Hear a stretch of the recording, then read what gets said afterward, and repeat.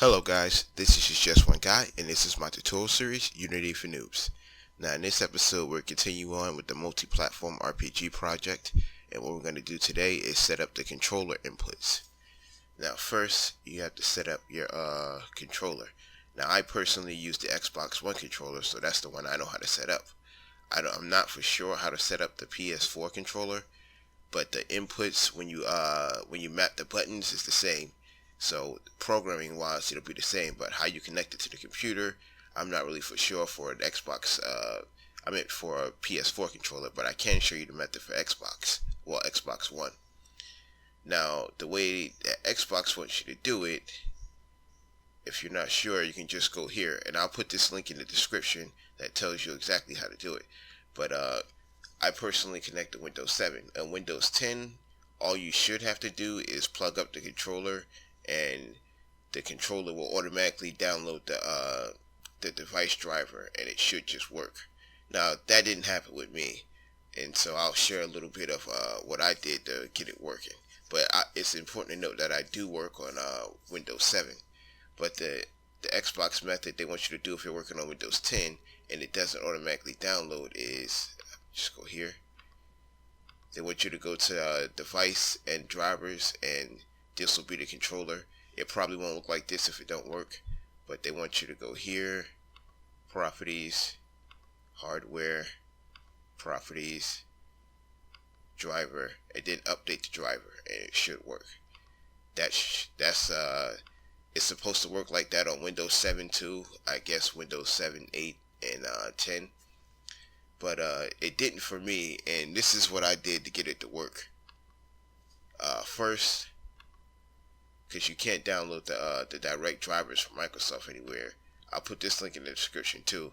I simply downloaded the driver directly from here, and then installed the driver. And another thing that was a problem was I had to have these updates installed. Now I'm not for sure which two, but it was two specific updates that I had to have installed to get the controller working, and that's just what I personally had to do to get it to work on Windows 7. Now you might be different because you might update your computer all the time like a regular person, but I don't update my computer, so that's what I had to do to get it to work, and that's just a little bit of the trouble I had. Now I'm not for sure how to get the PS4 controller working, but they have some videos on that on YouTube which I was looking at. I'm not for sure exactly which way it's gonna go or how accurate it is because I only see one video, but you'll have to look that up for yourself. But programming wise, they're the same. Here's the Xbox layout for Windows, and here is the PlayStation layout for Windows. Now I'll also put these links in the description so you can see for yourself, but as you can see, they're pretty much the same except for some unique buttons like this joystick button 13 and joystick button 12. But beyond that, for all the stuff we're going to use, it's basically the same. Now let's hop into the programming side. Make sure I didn't skip over anything. Nah, I didn't skip it over. Okay. Now what we're going to do is we're going to set the yeah, that's what I skipped over. Now with the Xbox controller, what you're going to need to do is plug the Xbox into the USB cable, and you're going to need a data cable, not a charging cable. That's another mistake I made. You can't use the regular charging cable. You actually need a data cable to put it in. Now if you go to the website, that's another thing. Certain Xbox controllers can connect wirelessly to the PC, and I believe I was looking it up and they said the PS4 controller could connect wirelessly to the PC too, but you have to do some special things, and with the Xbox you have to have a special controller. But that's just a little knowledge there. Now let's get to the programming side, which is what I know a little better. The first thing we're going to do, we're going to set the controller input a little bit different, because the controller has a unique scheme and it would feel weird controlling it in a kind of PC or a touchscreen way. Now we're going to do it kind of like a third person setup, and I'll show you how that works in a minute. Now, programming wise, we don't have much to change, but we will have to put in buttons into the input manager. I should go over that first. Let's go to edit, project settings, input. Now right here, this should already be set up. These are the controller inputs for the horizontal and vertical. And this should already be set up. But one thing I did was I changed the horizontal. Now normally the horizontal is just set up to work with the left joystick to go up and down and back and forth. I believe this was back and forth. Yeah. But it feels weird kind of controlling the character going rotating with the left joystick, because if you ever use the controller, you rotate with the right joystick and you move up and down and side to side with the left joystick. And the way the controller has it set up, it'll be like this. And what that'll do, it'll make you rotate and move back and forth with the same stick, which is way too awkward. So what I did was I set it up on the fourth axis, which is the right joystick. So you'll rotate with the right joystick and then move back and forth with the left joystick, and that feels a bit more natural. Now the next thing I did was I set up a strafe button, and this is just a copy of the vertical button, except what it has changes. Instead of using the y-axis, it uses the x-axis. And what this allows us to do is strafe with the left button. So in the end, what we'll end up with is a character that can move like this. Now since our character is a cylinder, you're gonna have to look at the top input right here, just so you can see it. Just because our character is a plain cylinder, so you won't be able to see him rotate. Now this is the right joystick, which you can see we're rotating with, and the left joystick we want to go back and forth and side to side. Now you might not want to set it up like this, and I'll show you a different method that's similar to the controls we set up before. But if you're using a controller, you should take advantage of the second joystick to make it feel more natural. And if somebody's playing the game, this is how they would expect to control a character. And you can see the character feels completely natural and way better. Now one of the things, since you can't strafe, bit of a drift there, since you can't strafe on the Android version or the PC version, it might feel a bit weird, which is why later on I'm going to add a boolean just in case you don't want to put that in. Okay, let's go over the script. Well, let's write the script. Let's close down some of this. This, we don't need this. Now as always, I've written down in the pre-script already, just so I can show you what the first thing we put in is the using controller, just to detect whether we're using the controller or not. Later on it will set it up so it'll automatically detect it or not, but for right now we're just using a variable right here. And we've got the move speed, which is how fast you can move back and forth and side to side. And we got the rotation speed, which is how fast you can rotate. Now right here we're just saying if user controller is false, and as you can see it blanks out all the touchscreen and the PC controls, and we say else, and we just get our inputs, the horizontal, the vertical, and the strafe button, which we just set up in the input manager. And then if we want to go back and forth, we translate, and if we want to rotate, we rotate around the character. And these are just the inputs. It takes a vector 3. I'll go over it in a minute when we write it. And right here is the strafing. Now right here you might notice this says negative right here, and what that does is if you were to put just a regular positive number, it would invert the controls for strafing. So you want to put negative so it'll go actual side to side the way you detect it, unless if you don't, the controls will be inverted. Now let's go over here and just write it all into the actual player controller. First thing we need is, well, up here. Now normally I like to stick with the same naming convention, and I will put on controller, but that sounded a bit weird, so we're going to just use using controller.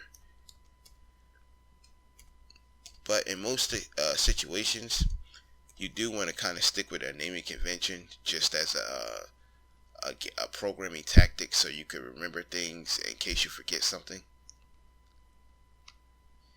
And the next one we're going to need is the public float, which is move speed. Next one, public float,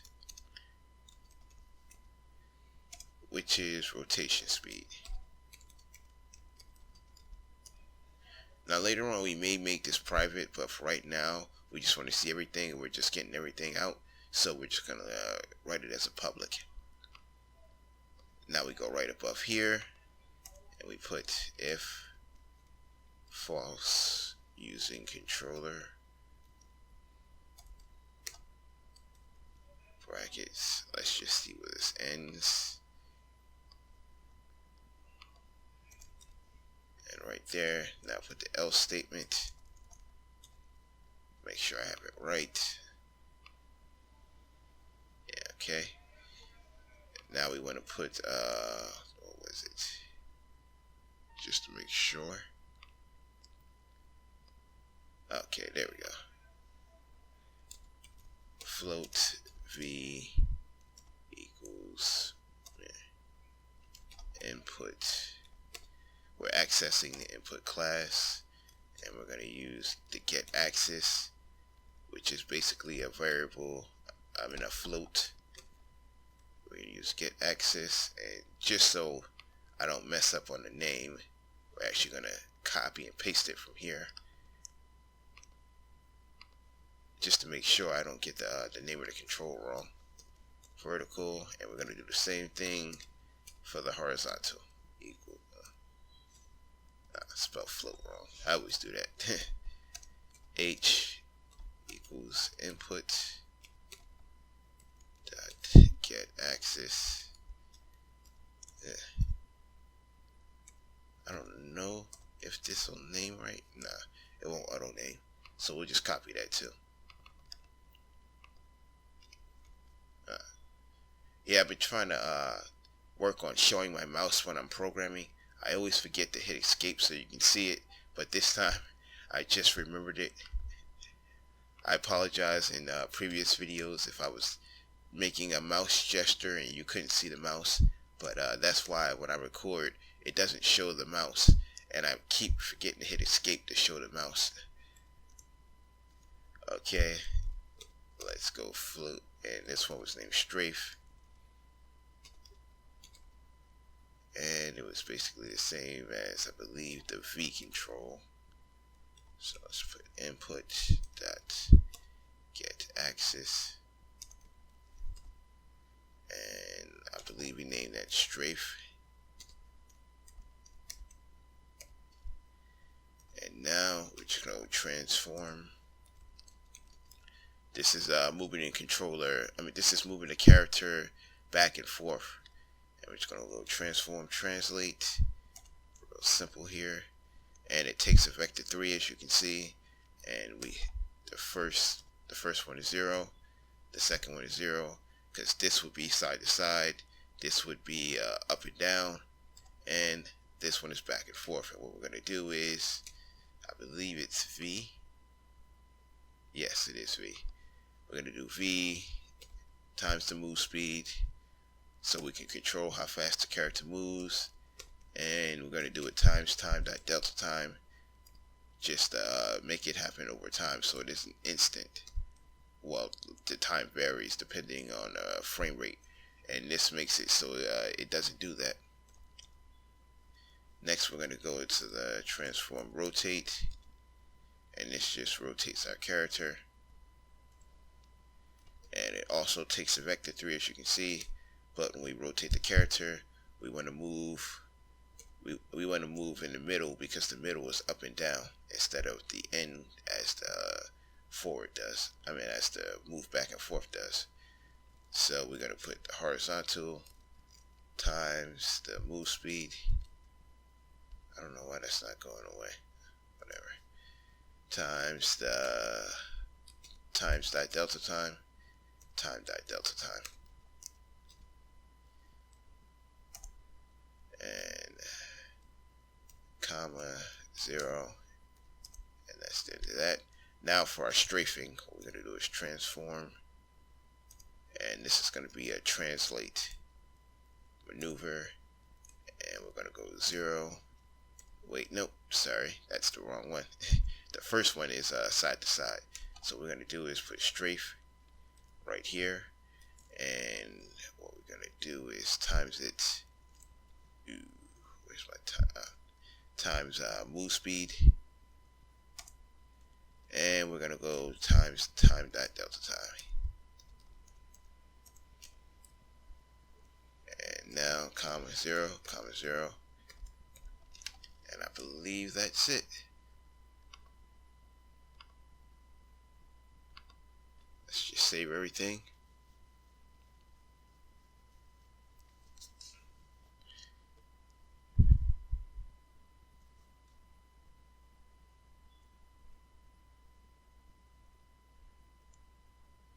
It's taking a long time to compile. Come on. Let's just remove this test player, the player test controller. Put the actual player controller on that we just wrote.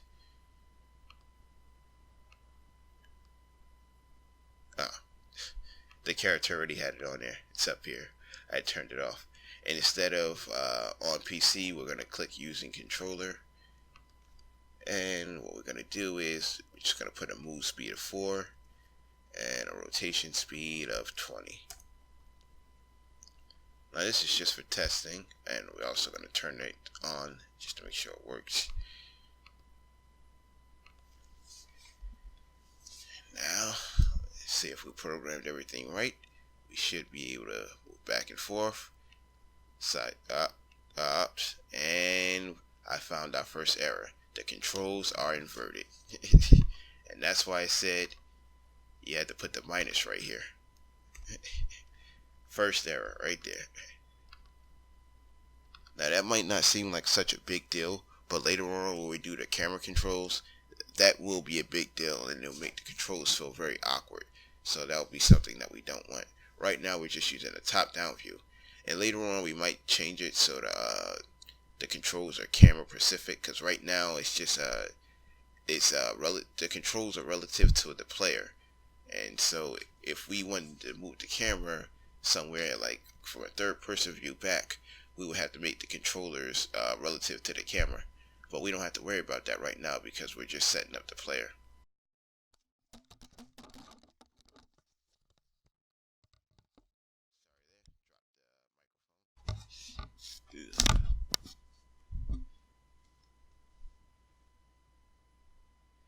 Okay, we can move back and forth, left to right, and we can rotate very slowly. Let's just turn up the rotation speed to about 180, and that doesn't fix it. And I think I know the problem. Yep, I put move speed instead of rotation speed.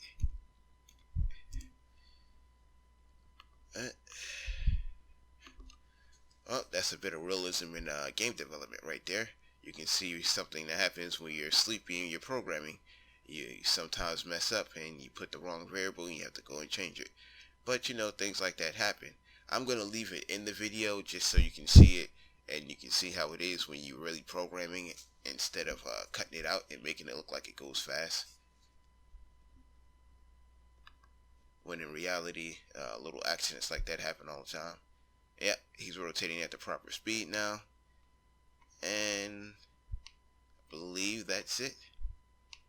We have our character. He can move forward and back. We got a little bit of drifting issue there. I'm not exactly for sure what that is. It's probably something to do with the rigid body, which we'll fix later. But as a simple solution to fix it right now, I believe you can just do this.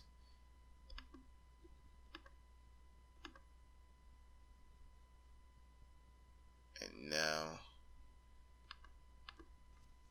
we shouldn't have that drifting issue anymore. Because now we're telling the rigid body we want to control everything by the script. Let's see. And I think the drifting issue is solved. Yeah, it would seem so.